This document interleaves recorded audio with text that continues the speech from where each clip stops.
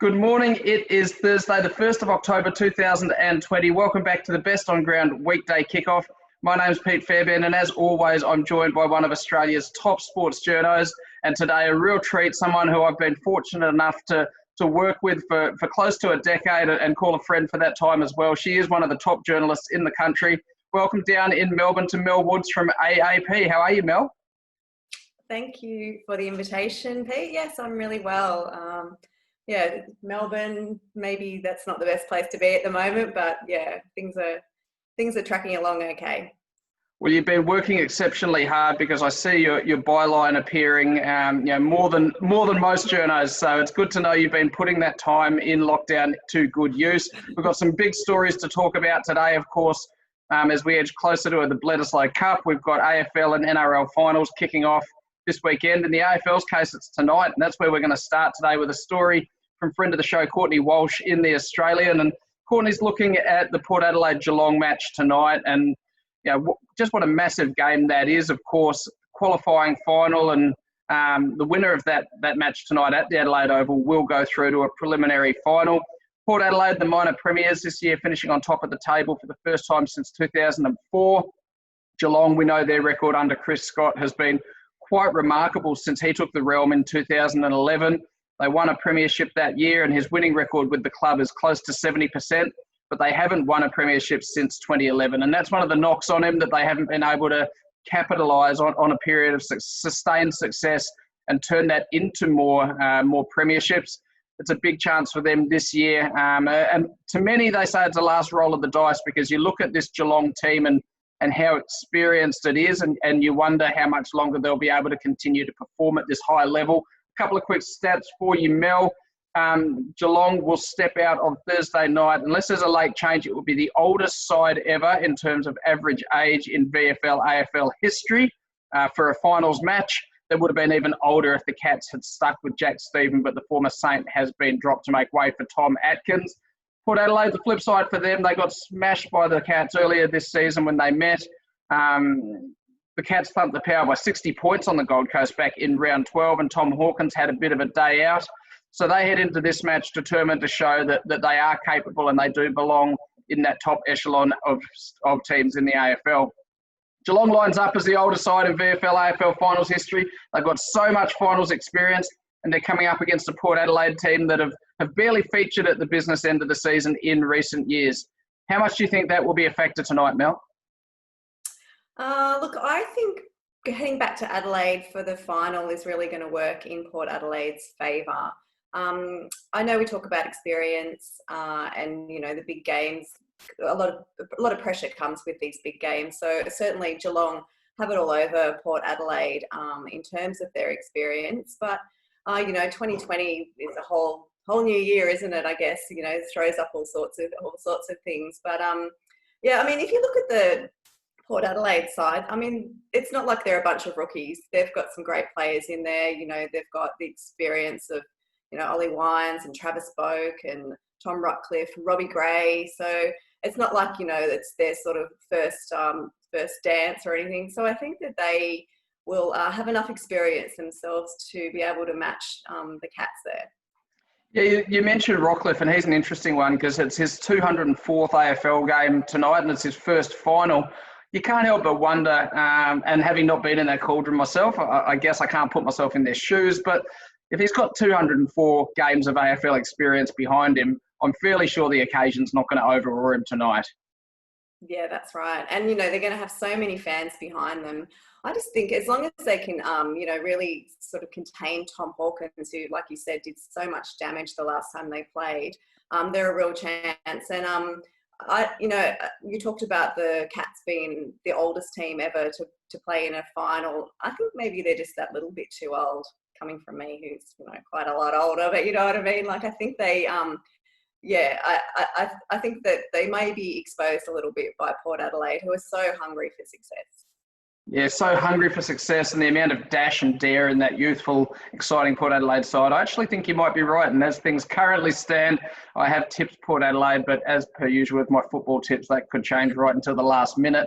Our second story this morning comes from Jamie Pandaram in the Daily Telegraph, and he's got the latest on the Rugby Championship. Of course, the background to that, if you weren't aware, was that last week SANZAAR announced the schedule for the Rugby Championship, which featured 6 weekends of double-header matches with the Wallabies, the All Blacks, the Springboks and the Pumas. New Zealand Rugby released a statement 7 minutes later saying how disappointed they were that they wanted those 6 rounds of fixtures spread over just the 5 weeks, and that would therefore allow them to return back to New Zealand, quarantine and be with their families by Christmas. We've seen this one play out a little bit in the media, and we know the relationship between New Zealand Rugby and Rugby Australia is a little bit strained at this point in time as they all look to the future of the game and what it's going to look like beyond 2020. But some board minutes have been leaked out of the last SANZAAR meeting, which shows that New Zealand were aware that this tournament was going to be scheduled over 6 weeks. It confirms that Australia actually voted to support New Zealand's wish for the tournament to be played over 5 weeks, but that South Africa and Argentina voted against. We know consensus is required to alter the schedule in this type of situation for SANZAAR. So from the outside looking in, as much as New Zealand has been in uproar, and the Prime Minister Jacinda Ardern's been involved, and Ian Foster and Sam Cane, the All Blacks coach and captain, refusing to even confirm that they will play their final match on December 12. It looks like New Zealand have been caught out telling some fibs here. How do you see this situation being resolved, Mel? Oh, well, things are just going from bad to worse for the All Blacks. Next thing you know, they'll actually lose the Bledisloe Cup. Wouldn't that be nice? But, you know, they really have been exposed. Mark Robinson is really going to be sort of in all sorts of bother here with these minutes. I mean, they can officially confirm that that the country did sign off on this 6-week tournament. Look, Australia comes out of this smelling of roses, which is kind of nice for Australia for a change. I think given that South Africa came out yesterday and pulled all their teams and officially pulled all their teams out of the Super Rugby and blamed New Zealand for that. So they're certainly not going to be doing New Zealand any favours here. So I think the best that New Zealand can hope for is this Trans-Tasman bubble opens up. And, you know, there's still plenty of time for that to happen. Or otherwise, they really need to just get Jacinda Ardern after the election, I suppose. Go to her in sympathy, look after us, let us out of the, you know, the quarantine a day early, or can we quarantine at home? I think people should remember that, I mean, we heard from Geordie Ulisi, who's over with the Wallabies in Christchurch, and he spoke of his team. The Rebels have been on the road since May, 15 weeks, and he won't be home until after December back to Melbourne. So a lot of people are making a lot of sacrifices. So I don't have all that much sympathy, to be honest. I know that's a bit mean, but that's how I feel. Yeah, no, and it's interesting. It's not just us on this side of the ditch who perhaps have lost patience with the All Blacks or don't have that degree of sympathy. Because I saw Sir John Kerwin, All Black great, said on Sky Rugby over there a couple of days ago that the All Blacks need to suck it up, have Christmas a day later. The Warriors were the example he used of New Zealand athletes who spent their entire season here in Australia, many of them without their families as well, and just got on with the job. This sense of entitlement within New Zealand Rugby, we saw it when they tried to strong-arm Rugby Australia into an expression of interest for 2 or 3 teams into a Trans-Tasman Super Rugby competition. The Rugby Australia quickly said, we're happy to send an expression of disinterest in that type of model. I think the days of New Zealand Rugby, you know, kind of throwing their weight around appear to be fairly numbered at the moment, Mel. Yeah, that's right. And you know, they talk about, you know, changing the schedule. You can't play a Bledisloe Cup midweek. It just doesn't work. So there's no way the broadcasters are going to go for that. So New Zealand have to solve the problem domestically. So I think, you know, that there's really little that can be done in terms of the scheduling. They either, as you say, they need to suck it up, or they need to get it sorted at home with their own government. I mean, the Australian government has been great in changing all sorts of rules to suit our sporting teams, and that just, you know, give them a hand, I suppose, Jacinta. Yeah, well said. Our third story this morning, and sometimes it feels like Groundhog Day in rugby league. Michael Chammas and Sarah Cogan in the Sydney Morning Herald reporting that Wayne Bennett will coach Queensland in this year's State of Origin series 17 years after his last Origin stint. That follows the appointment of Kevin Walters as new Brisbane Broncos coach. Walters will likely still be involved in preparations for State of Origin, but he's got a massive task on his hands at the Broncos and really needs to get in there and start sorting things out from a roster and culture perspective as soon as possible. the two contenders for being able to step in on short notice and take that Queensland role were Wayne Bennett and Mal Meninga, having both been there before and done that and got the T-shirt. Bennett's the man who's got the job. He's going to provide wonderful theatre, plenty of sound bites, I'm sure, in the lead up to that match. I want to look at it from the perspective of, we know Jason Demetriou will take over from Wayne Bennett as head coach of the South Sydney Rabbitohs in 2022, his right-hand man there at the moment. We've heard lots of speculation over the last 6 months that Bennett was being shopped around for some of the NRL head coaching vacancies, and that the Rabbitohs are quite open to him finishing up in that role early. Do you think there's any possibility on the back of this Queensland Origin appointment that perhaps it becomes a permanent role and it clears the way for Bennett to actually exit the Rabbitohs 1 year early? Yeah, interesting. I think that he will probably stick it out next year. I think that this role just really fits well for him at the moment. You know, the fact that he's a club coach, obviously, like you mentioned, with the Rabbitohs, but this tournament, the series falls at the end of the season, so he's not coaching against the likes of Cody Walker and that with the Blues. So I think it just, as a one-off, this fits quite well. Having said that, I could certainly see him taking on the role on a more permanent capacity. I think it's great to have him back in the job. I mean, why would he want to do it? He's 70, but he seems like he's just I suppose he seemed old before his age, but you look at someone like Craig Bellamy, he's looking to sort of wind down and talking about moving into the coaching director role. Well, Wayne just can't get enough of it. Funnily enough, when Alex Johnson was asked about, Wayne taking on the Maroons role, was sort of like, well, he can do it if he likes, but they're going to lose anyway. So there's already a bit of sort of ribbing going on between the coach and the players there. So, I think that he'll probably still be at the Rabbitohs next year. Beyond that, yeah, absolutely, Demetriou will come in. But I think it's great. Given also, of course, the Blues have won the last two series, and the Maroons are, they're basically scratching the bottom of the barrel for a backline. So, I really like this appointment. And I guess we'll kind of see where we go from here. I mean, it's not even confirmed really when Origin will be played, whether it's mid-season or end of the season from here. Yeah, that's a really good point I was just going to make. I think if Origin is a success in November with relative clean air and the fact that it therefore won't disrupt the NRL season, I wouldn't be surprised to see it move in that direction on a permanent basis in years to come. And, with that being said, there's no reason why Bennett couldn't coach the Rabbitohs in 2021 and then go into another November Origin series and do the role again next year as well. It'll be great theatre. It'll be fantastic to watch. He'll have some great comments. You mentioned Cody Walker, Damien Cook. Cody Walker's in almost career best form, and despite a poor Origin debut last year, he's right back in the reckoning under Brad Fittler. Wayne Bennett knows his game better than anybody, so that's a fascinating subplot amongst many within that storyline. Our penultimate story today, we turn to The Age and Michael Lynch with a story around, I guess, an opinion piece around the expectations for the new Matildas boss and the enormity of the task that's facing him. Tony Gustafsson was appointed yesterday as the new head coach of the Matildas. He's got a fantastic history as, not only assistant coach of the US women's national team for 2 World Cup titles, but also a head coach in Sweden and some wonderful success he's enjoyed in the club game, including making it to a Champions League final as a head coach as well. He comes in a situation where the Matildas will have to play the Tokyo Olympics next year, the 2022 Asian Cup. In 2023, it's a Women's World Cup on home soil, and then the Olympic Games in Paris in 2024. So pretty unprecedented circumstances as he arrives with 4 major tournaments in 4 years to approach him.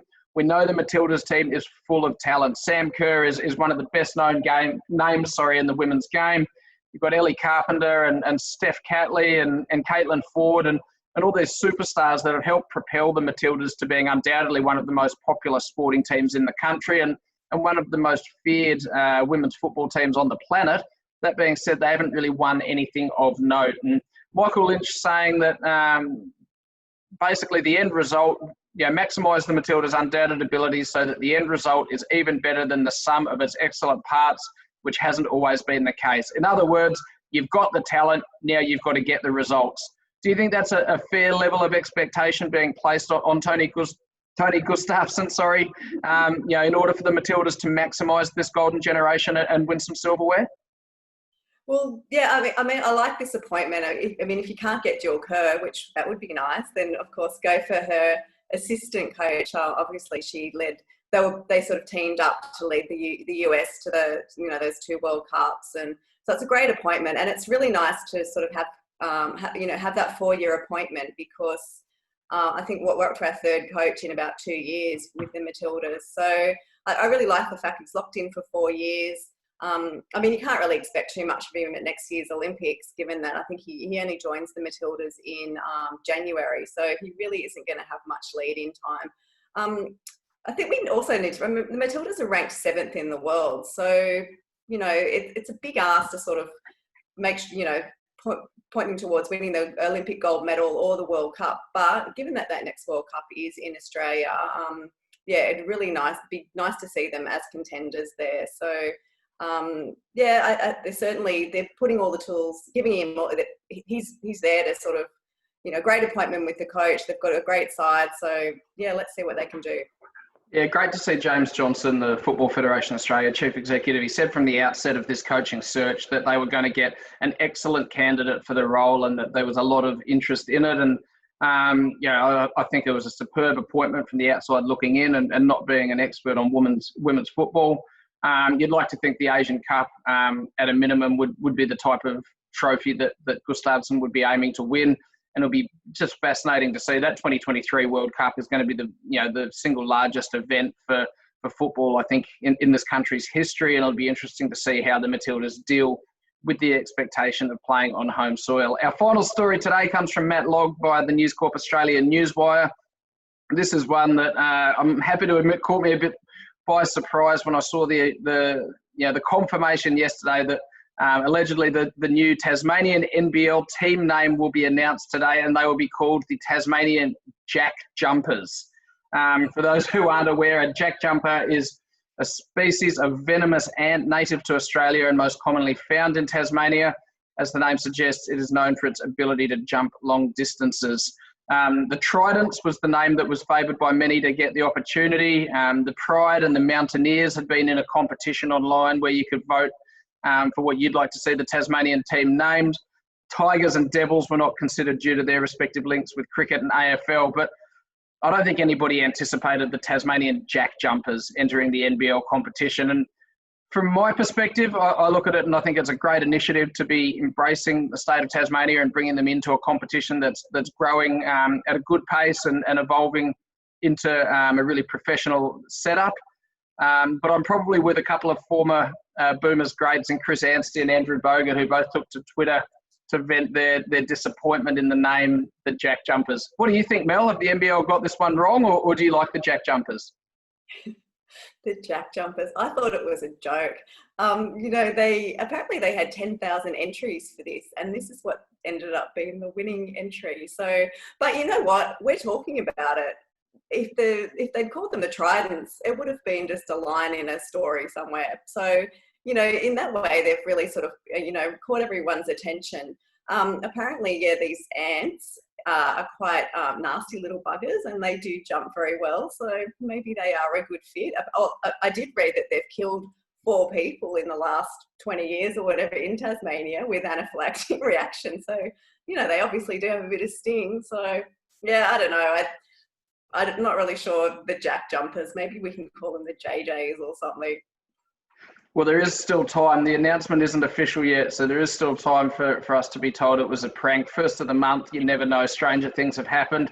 Mel Woods, fantastic to have you on the Best on Ground Weekday Kickoff. Really appreciate you giving up your time this morning, and great to catch up, and hope to have you back on the show again soon. Yeah, I'd love to. Thanks for the invitation, Pete.